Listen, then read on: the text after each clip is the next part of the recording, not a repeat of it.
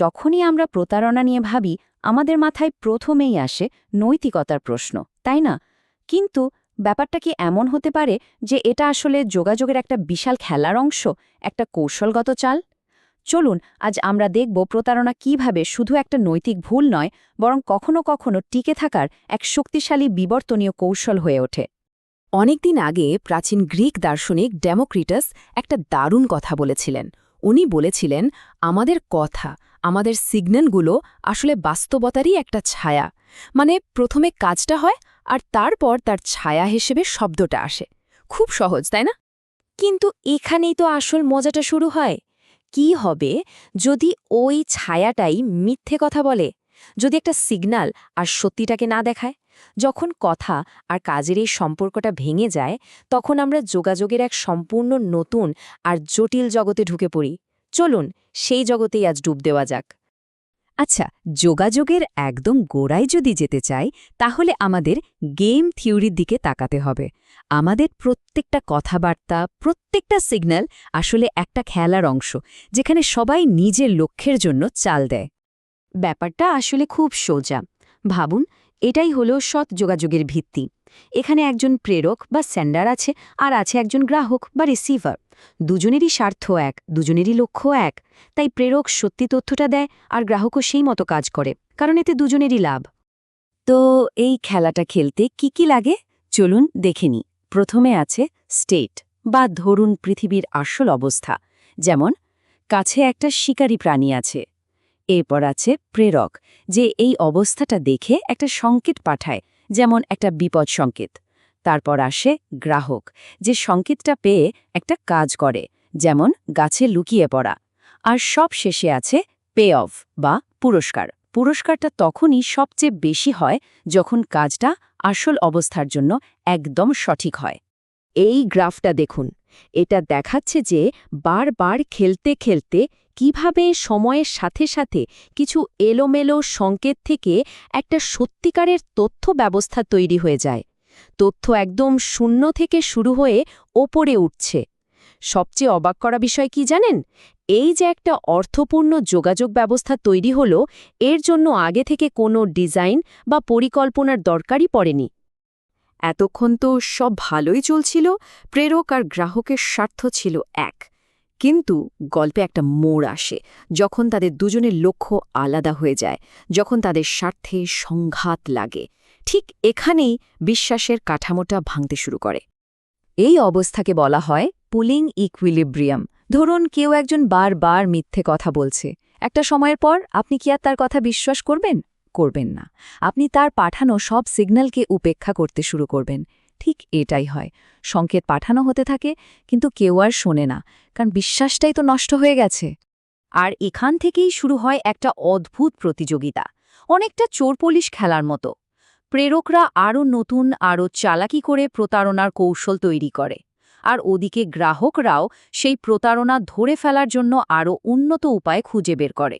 এটা একটা অন্তহীন দৌড়, যা চলতেই থাকে। তো এত কিছুর পর বিজ্ঞানের চোখে প্রতারণা জিনিসটা আসলে কি? এখানে কিন্তু আমরা আর ভালো মন্দের বিচার করব না। আমরা একটা আচরণগত সংজ্ঞা খুঁজব, যার সাথে কোনো উদ্দেশ্য বা অভিপ্রায়ের সম্পর্ক নেই।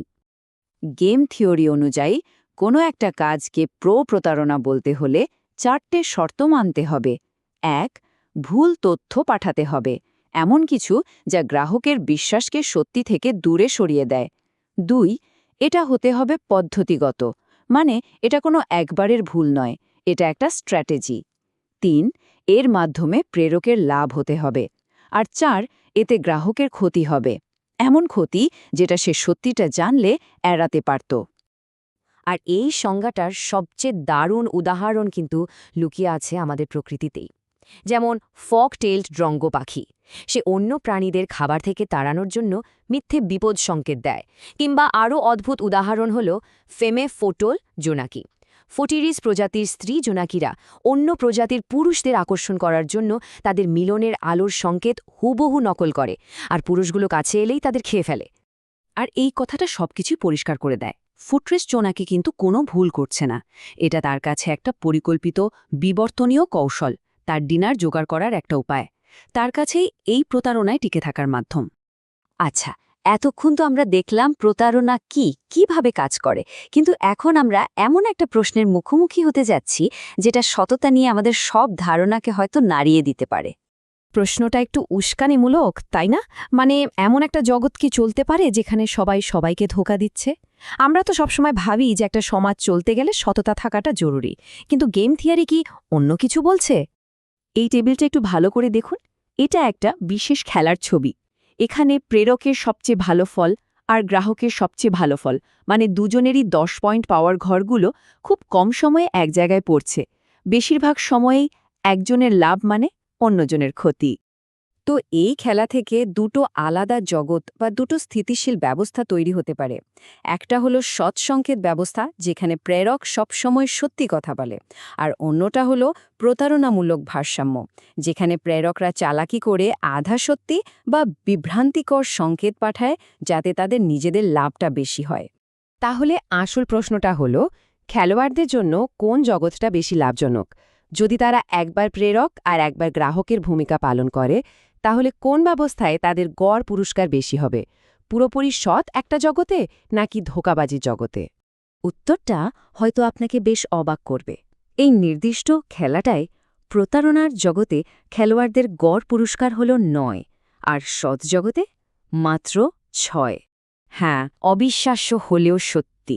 এটাই হলো প্রতারণার প্যারাডক্স।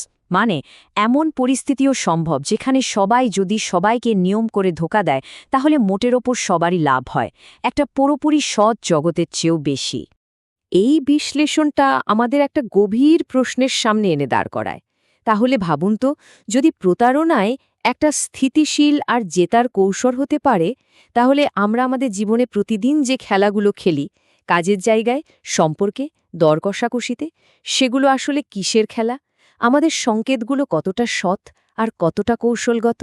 ভাবার বিষয়ে, তাই না?